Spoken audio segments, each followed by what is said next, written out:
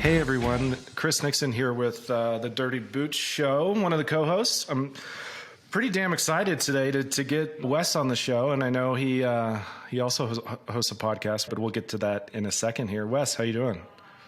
Great, Chris. How are you? Things are good, man. Give us a little bit of the lay of the land. Like, who is Wes? Why are we talking today? Who am I? There are a lot of different hats that I wear at any one time. As I say in the introduction of the Work Done Right podcast, I am a construction industry veteran. I spent about 15 years in the industry, and now I'm the Director of Product and Industry Strategy at Cumulus Digital Systems, a technologies and innovations company, much like a Sign-R, right? So yeah, that's me. I started off actually to go way far back when I was in 5th grade. The town that I lived in here in the Midwest got blown down by a tornado. So all of like 6th grade and 7th grade, I was helping my stepdad to rebuild houses.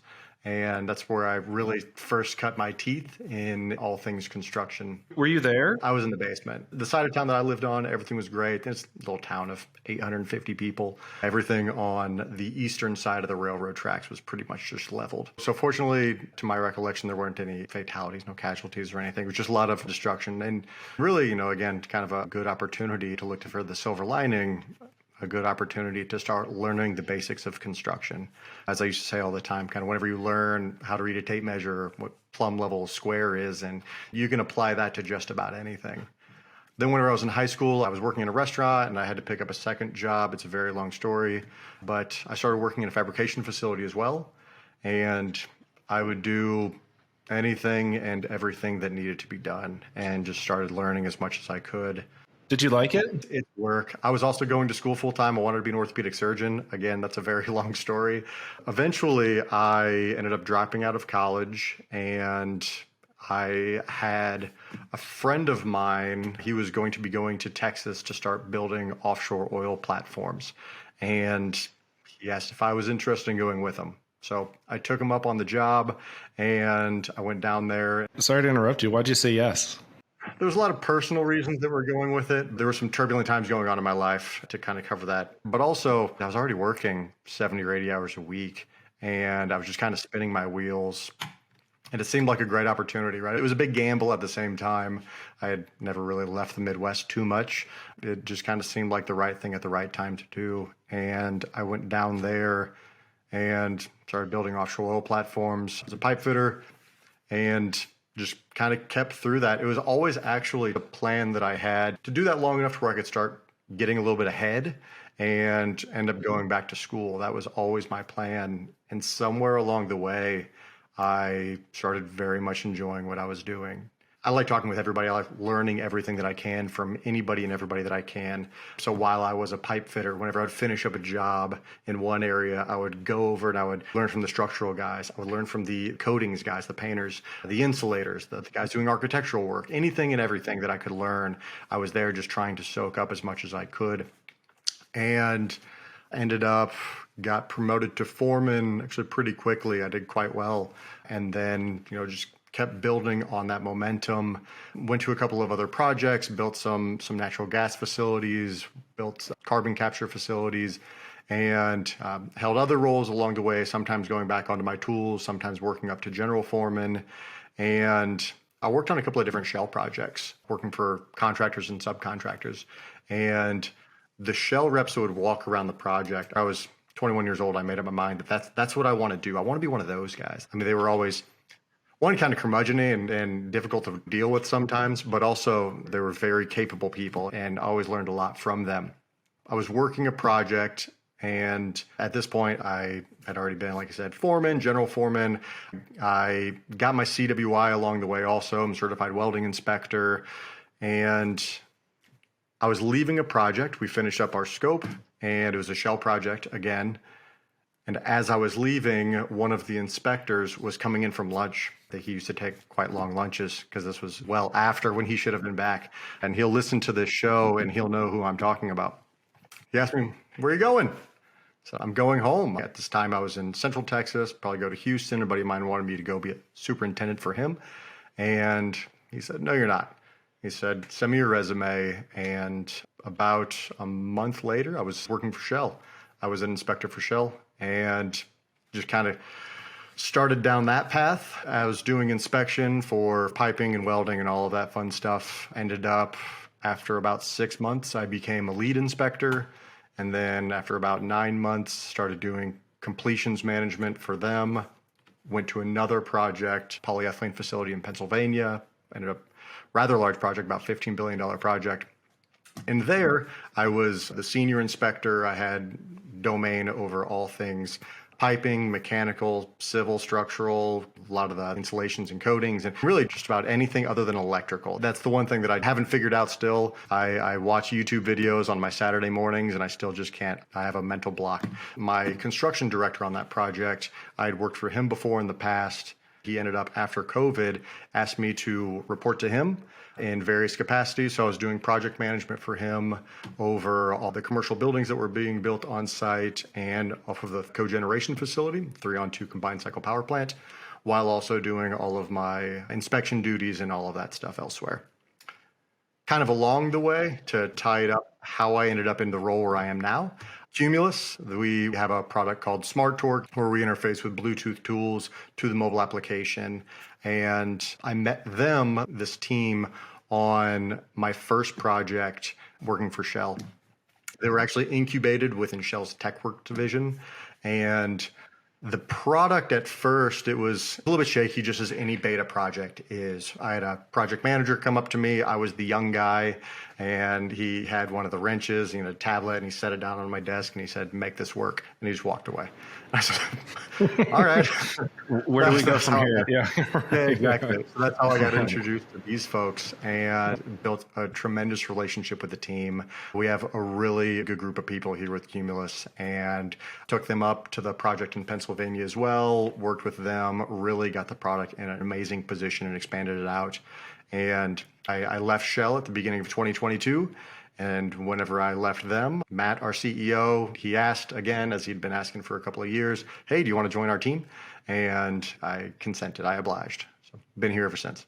I want to dig into Cumulus a little bit. Before we get there, what would you attribute your rise? It sounds like everywhere you've been, like people have wanted you and have been recruiting you. Can you pin it on something? I mean, I know it's never one thing, right? It's like a series of things, but what do you think may have contributed to that? If I had to say the number one thing that has helped me to get ahead, to get promoted, would be just a general level of curiosity and humility. I like asking a million different questions, learning everything that I can. And to take that approach, you have to understand that you don't know everything.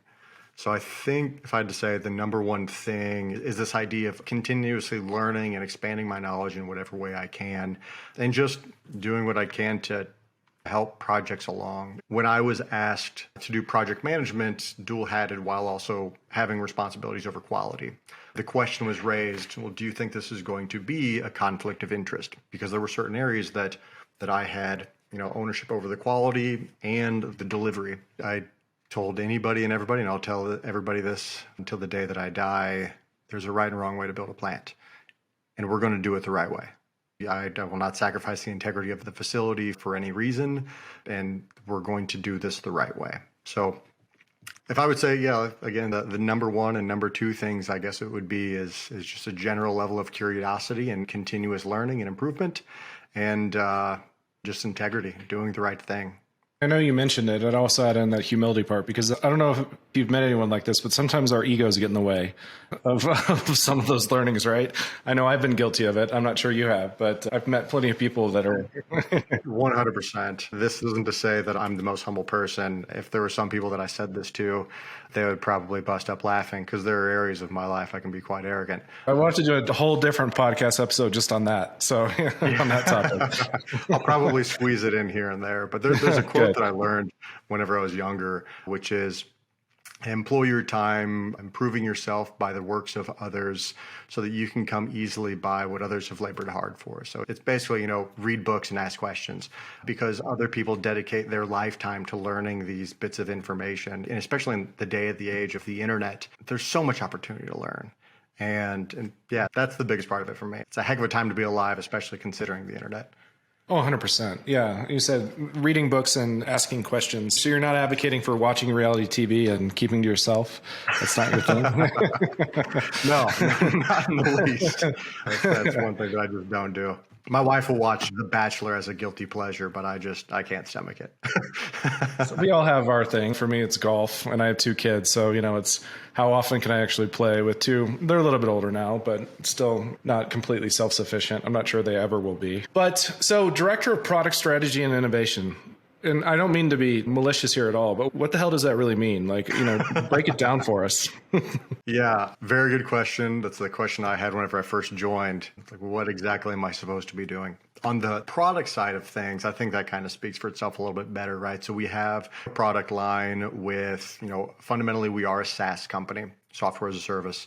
And my responsibility is to control the roadmap and help to drive the product to get to a position where it best serves our customers, and any new developments that we have to really kind of pioneer which directions we go and get the correct level of customer insights and personal insights to define the products in the best way possible, again, to be able to best serve our customers. So as far as the director of product, that's the direction for that. The other title is director of industry strategy. Yeah, I said innovation, but I think I meant industry strategy, and they can be somewhat synonymous. So yeah. Yeah, no, right. And then as far as that goes, what I do there is more toward the sales side and our customer success teams, providing that, we'll say, expert customer insight in order to be able to help them to best understand our customers' experience, so that whenever they're going through their efforts, whether it is they're calling on a potential new customer, or if we're talking about going through the implementation process, whatever it is, it's how do we best position ourselves? How do we best communicate the message to the customers in a way that they understand, because it's speaking the same language, so that our team can be successful, and again, to be able to make our customers best successful. Tell us maybe a snippet on you, like global, North America centric. I'm assuming you're growing, your customer base. What's that look like? Yeah, so we are a global company. We have an office in KL. Our headquarters is in Boston. We also are setting up an office in Houston. Most of our customers are centralized around, the Americas, but we do have a large presence in Southeast Asia. And we're expanding actually right now into parts of Europe.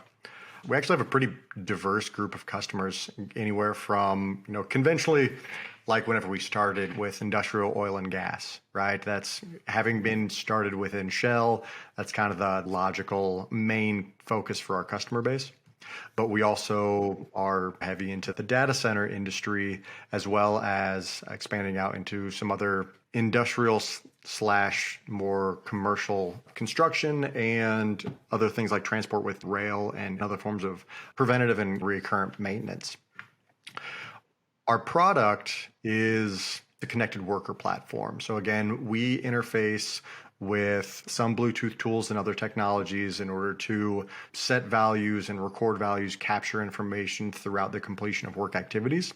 Again, our flagship product is the Smart to Work system. That was the first product we came out with, where our mobile application guides a worker through completing bolting up a flange connection, doing all of the inspection for that, making sure that they have the right materials put in for that, and then guiding them through the process of tightening a connection to assure that the connection upon startup and during operations is leak-free. And from all of the data that we've aggregated through the process, we published a paper at Gas Tech last year that it works. We have about 100 times less leaks than compared to conventional means, where people are just kind of going through the process. And in a lot of forms, guessing as far as what they're supposed to be doing. But at the backbone of our product is what is called the Cumulus workflow. So this is where you're able to take an existing procedure effectively and slice that into steps, because the thing that we recognized is that effectively every activity in construction can be broken down into a step-by-step activity. And what we do is we input various levels of checklist questions and photos and all that stuff. in order to guide the worker through completing the activity, whether we're talking about concrete pour where they're going to go through and set up forms and tie rebar and do slump tests and whatever else they're going to be doing, or whether we're talking about going through the coatings process and braiding the surface and applying whichever level of however many coats of the various processes and coating systems that they're doing, whatever it is. We guide them through completing that, but also the thing that I found most valuable about the system when deploying it on my projects was that it also provides like a snapshot of the just-in-time information that the folks need to actually be able to complete the work. So as a fitter, as a foreman, I can't tell you how many times I've been walking around projects looking for the right person, calling somebody on the radio, whatever it is, just trying to get the right information. What am I supposed to do right here? I think there's a stat from Autodesk that says about 35% of worker time goes to wasted activities, non-productive activities, I think is what they call it, where they're looking for drawings, they're performing rework, they're just not contributing to the real end goal of the project, and it's no fault of theirs. They're trying to get things done, they just don't have the right information. So that's where a product like ours is, in my opinion, great, because we're able to just provide that information, exactly what they need, and also how to do it in a big way to help keep people productive. So we're not, bringing in robots in order to take over somebody's job. We're just really helping somebody to be able to do it in a lot more efficient and effective manner. No, that's cool. And if you guys ever are looking to crack the Australia, New Zealand market, that's where we were actually, Assigner was founded. Our CEO and co-founders from Australia, we have about 2/3 of our customers are in Australia, New Zealand. And funny enough, you said rail, and not to go too far off track here about Assigner, but the way that Assigner was founded was our CEO owned basically a rail services and maintenance company in Sydney, and was out in the market like, hey, I need software to run operations like scheduling a crew, tracking their time, getting feedback from the field, right? And a lot for like more subcontractors, but couldn't find anything, and then created Assigner, and then 8-ish years later, here we are. So anyway, if you want any tips on that market, I know you said Europe and Asia, but it could be an interesting conversation. Yeah, absolutely. The project that I worked in Pennsylvania, the contractors organization had a massive presence of people from Australia. And so I worked with a whole bunch of folks from Australia, a bunch of really good people. I've talked with a couple of them since that have gone back to Australia, but haven't had any luck yet. I'd absolutely be happy to have a conversation about what we can do in order to kind of crack that egg. Yeah, that'd be great. Tell me about Work Done Right. As of this recording, you just released your 5th episode. You got a slew of episodes in the backlog or the hopper. Tell us a little bit about that and what you've learned. The show is all about just talking to industry professionals and putting out useful information. Whenever I was coming up through the ranks, and even whenever I was at my highest positions, I've always just loved talking to anybody and everybody and figuring out more of what we can do better on projects or in our personal lives, right? Talking about people about their finances, honestly, anything and everything, because to me, this is how we all get better, right? Is we share information, we don't hold this in, and we just kind of learn from everybody that we can. So the mission of the show is to talk with industry experts from manufacturing, construction, maintenance, to kind of tackle the issues that we all know are on projects or in an operating facility, right? And try to help answer some of the questions that we all have. There's also a big aspect where I think everybody is understanding that there's going to soon be a skilled management gap. And this is also a great way in order to put out useful information to people that are getting into leadership positions, or they're a safety person on the project for the first time and I don't know what I'm supposed to be doing or how can I do better. It's just really a great way in order to put out information from some people that I've worked with in the past, some of these people that I've just kind of been fortunate enough to meet in my roles with Cumulus, or just because they're interested in sharing their story on a podcast. So that's kind of the mission of the show. And I guess things that I've learned since starting the podcast.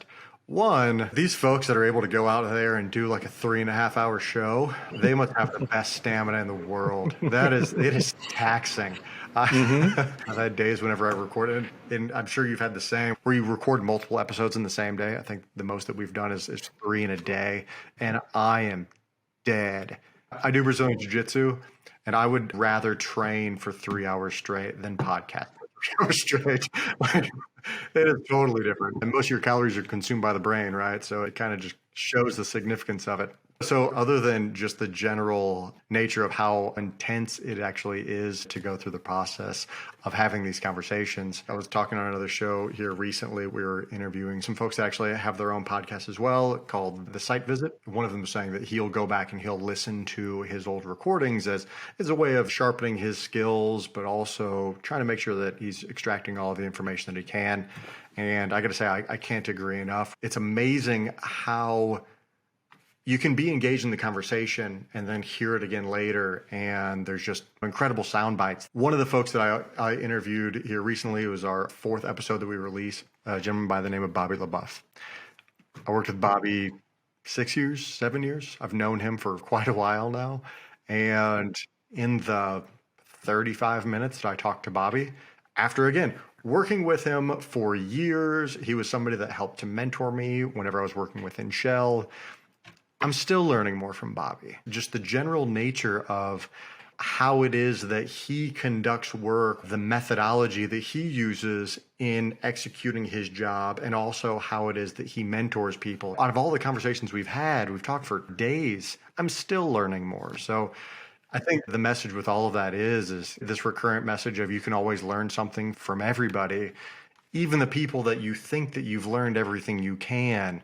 God, there's so much more out there that you can learn. It's a big passion of mine, and I'm fortunate enough to host the show because there's great information out there. One gentleman, for instance, by the name of Jeff Smethills, this was the first episode that we released, he was saying that there was an estimate done by, I think, McKinsey, that in order to reach our goals for net zero by 2030 or 2050 or whatever it is, we need to spend globally something in the order of like $5 trillion per year in projects. $5 trillion per year. Largest project I've ever been on ended up being, we'll say somewhere in the ballpark of $15 billion. That took 4.5 years. You know, we had skilled labor shortages there. We had issues, and granted, it came through the pandemic, so that definitely had an impact on us. But $5 trillion per year. What are we going to do, right? How do we end up refining our processes to where we can actually deliver this? So just even thinking about stats like that, I never would have learned this if it wasn't for talking with Jeff. So I'm very appreciative of being able to host the show and learn information like this. Talking with another lady, Jennifer Wilkerson from the National Center for Construction Education and Research, is telling me all about how it is that they approach the situation with getting more people into the skilled trades. Whenever the GI Bill was introduced, people started just kind of seeing university as the way to go, and people stopped going into the skilled trades as much, and that led to the situation where we have it now. And also just some of the net benefits that crews see from bringing in women and having women into the trades, kind of slicing this in a whole bunch of different ways. I guess to answer the question directly is, what all have I learned from hosting a podcast? I've learned a lot. I thought I already knew quite a bit, but I'm still learning so much. I love it. I really do. No, it's interesting you said that because the last episode we just released on the Dirty Boots show was the Colorado president of Women in Asphalt. And it was just fascinating to hear her perspective. She comes from industry. It's obviously a woman in the industry, and just her perspective on that dynamic and working and how it's changed or how it's not over time. And I was going to ask, you brought up labor shortage a couple of times. And I know we talk about it ad nauseum. It seems like it's all we talk about, but it's interesting. Our very first episode was with actually a customer of ours. His name is Ricky Glass. He's a military vet, but he talked a lot about that path. Like this prescribed, you have to go to university, you have to, and then all the enormous amounts of debt that sometimes come associated with that, and kind of the dearth of people going a different path or a different route. So I was going to ask you what your silver bullet fix was to the labor shortage, but I don't know if you have one or not. Actually, I listened to that episode. It was a really good episode. He had a really interesting perspective as far as getting the value that veterans bring to the industry. It was really good to listen to. But, is there a silver bullet? I think about my story and about my perspective, how it is that I got into the industry. And it was very much, again, kind of begrudgingly in a way that I got into the industry. I never expected this to go the way that it did. And I am thankful and appreciative that it did. I've met so many amazing people and done so many great things I never possibly could have imagined. But I think it's really just around the idea of changing people's perspective on what it is to get into the construction industry. People really view this as lesser than getting a college degree. I have a degree. It's said right back here. I finished that up last year, and I can tell you that I learned a lot more on projects than I ever did in university. People think about it as kind of a lowbrow sort of thing to do is get into the construction industry, and that is the furthest thing from the truth. So I think that changing people's perspective on what it means to be a construction professional, I think that's a big part of it. One of the other things, though, in the space of the labor shortage that we could do, it's not how do we just get more people in, it's how do we use the people we have more efficiently. And I know there are a lot of companies out there that are trying to improve it in some means, but one of the things that I've noticed, and I was actually talking with my old construction director just earlier today, and he was bringing it up. So I won't even take all the credit for this portion of the conversation. This all goes to Wayne. But a lot of companies do a good job of helping projects to be more efficient, but a lot of companies are really focused on serving the project manager or serving the superintendent. And Wayne said it earlier today. I've said it for a long time throughout my career. I am biased. I think that the person that you really need to be targeting is your foreman and how we can better enable foremen in order to better manage their people. Because again, if 35% of our time is going toward non-productive activities, well, that seems like a really big opportunity in and of itself. Because if you don't think about this as, I guess if you think about this in a different perspective of what would happen if we brought 35% more people on project? Would that solve our problem? Because that's solving the labor shortage. That's largely what it is that we're saying. We need more people. So is 35% more people, is that enough? What if we just help them to be more efficient with the people that they already have? So I think that that's a big part of it for me. And in solving the labor shortage isn't just how do we get more bodies onto sites. I think it's how do we enable those bodies in order to be optimally efficient. You know what I mean? Oh, 100%. Yeah. And I mean, you think about that 35%, and this is overly simplistic, but what we hear from our customers, at least our customer base, is revenue perhaps is going up, but margins are going down, right? So that productivity is a challenge. And obviously labor shortage is a challenge, but how do you, I mean, that 35% presents a huge opportunity, where the margins sit, and in a lot of at least our customer base is significantly less than that. And if they could just do even a little bit more with what they have and be more productive, then that could change the game for them, right?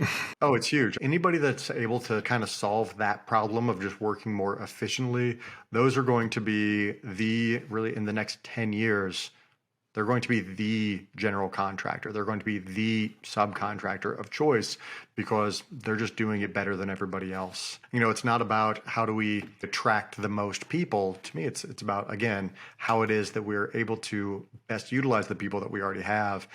And I really think that the person that starts with is the foreman. And one of the things about that I think is really interesting, and this is something I've thought about since probably 2012, is the foreman. Again, I think a lot of people, once you say it, they will agree. Like, yeah, that's probably one of the most important people on the project in the sense that that's really where the rubber meets the road. That's your first level of supervision. Those are the folks that help to set the attitude of all of the craft on the job. They're the ones that plan the day in, day out activities. They're responsible for helping to get materials and people and anything and everything done, right? They're the ones coordinating at the ground level. They're doing really it all. But most of them don't really get any training. That just blows my mind. Whenever I first became a foreman, I worked for 5 different companies as either a foreman or general foreman. And one company on one project gave me training. And this was after I'd already been doing it for 5 years. So that alone, I think, is just odd. And this isn't unique either to Open Shop or Union. Whenever I was in Pennsylvania on the PennChem project, I was talking with one of the Boilermaker foremen. And great guy, very knowledgeable. And I had noticed that he was gone for a couple of days. So I'm talking to him one morning. I'm like, hey, where you been? He says, oh, well, I went and took a training, a frontline supervisor training through the hall. I'm like, oh, that's great. He said, yeah, I wasn't going to do it because for supervisors, the site will not cover the hours for frontline supervisor training. They'll cover it, for the personal development for the craft labor, but they wouldn't cover it for the supervisors. And I went to the area construction manager and I said, listen, we have to change this. These are the people that make it happen. Why would we not invest in these people and enable them to improve themselves? If they want to do better, then we need to reward that sort of mentality. We ended up ultimately implementing a change and enabled them in order to go to trainings and still effectively be compensated through the project to do so. But the fact that we have to have that conversation to enable this to occur is just bizarre to me. I think that one of the areas that we can make a significant improvement in the industry is investing in our frontline leadership, helping to train them up, whether it's dedicating a portion of our time whenever we're deploying technologies like Assignar's technologies or on Cumulus, dedicating time to serving them specifically, but also our contractors going out there and really giving them resources to understand how they can better plan, how they can better manage. I think it's a huge opportunity. No, it's absolutely fascinating. And it sounds like that's even a whole potential podcast episode as well. Not to cut this short, because we could talk for hours or days, it sounds like, but really appreciate you being on the Dirty Boot Show. And I know you're going to do some stuff with this on Work Done Right, but thanks, Wes. Chris, thank you for having me. It's been an absolute pleasure. I hope we can do this again sometime.